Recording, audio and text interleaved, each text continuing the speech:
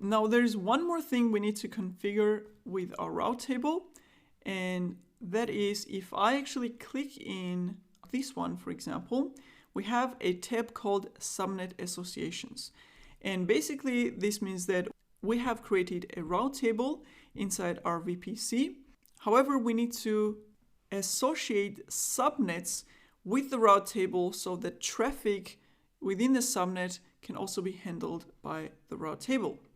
So if I click inside here, you see that there is no association defined here. However, we have a note that by default, when you do not associate subnets to a route table, they're automatically assigned or associated to the main route table, of course, in that VPC where the subnet is running. So the main route table is basically the one that says yes in the main column. So this is the default route table. This is not ours. This is from the default VPC. And this is actually our two route tables in our VPCs. And this is the main one. However, we want the subnet to be associated with the route table that we created, because this is the one that has Internet Gateway configured. And we want our subnet to be connected to the Internet Gateway as well, right? So right now, subnet is associated with the main or this route table that doesn't have Internet Gateway here. So let's actually change that. And we're going to do that also in Terraform. It's a very straightforward and simple resource. It's called AWS Route Table Association.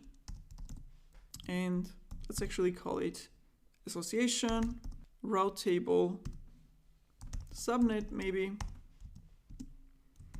And we just have two parameters, which is the subnet ID, which we can grab right here from the subnet resource. And also don't forget, we always have to use the ID attribute of that object, and the second attribute, which is the route table ID. Right?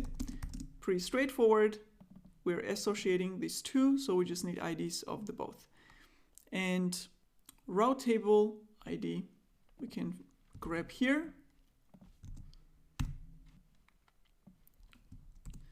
My app route table, and also don't forget the ID attribute. So let's apply that.